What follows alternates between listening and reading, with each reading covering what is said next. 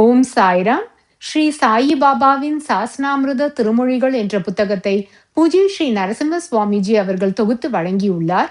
அதிலிருந்து முமுட்சுத்துவம் குறித்து ஸ்ரீ சாயி பாபா நானா சாஹிப் சாந்தோர்கரிடம் கூறிய விளக்கத்தை இப்பொழுது நாம் கேட்கலாம். இன்னும் ஒரு உதாரணம். வெட்டவெளி அல்லது ஆகாசம். ஆகாசம் எல்லையே இல்லாதது. ஆயினும் ஒரு சிறு பானைக்குள்ளும் நிரம்புகிறது.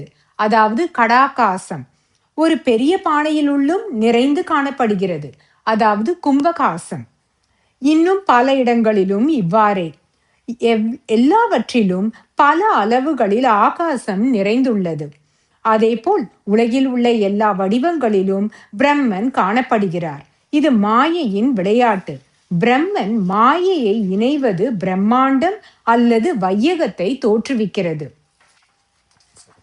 மாயை என்பது யார்? யாரால் படைக்கப்பட்டவள்? அவள் எத்தகையவள்? இவ்வுலகின் வேறே சைத்தன்யம் என இப்போதுதான் கூறினீர்கள். அப்படியாயின் மாயை இதில் எப்படி நுழைகிறாள்? ஸ்ரீ சாயி பாபா, அவள் எங்கே எப்படி வருகிறாள் என்பதை நான் உனக்கு விவரமாக கூறுகிறேன்.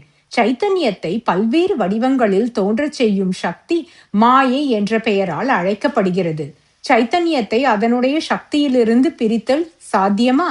வெள்ளத்தை அதன் இனிப்பிலிருந்து, சூரியனை அதன் பிரகாசத்திலிருந்தும் எப்படி பிரித்துவிட முடியாதோ அவ்வாறே பிரிவு என்பது மாயை முடிவுறும் போதுதான் வரும்.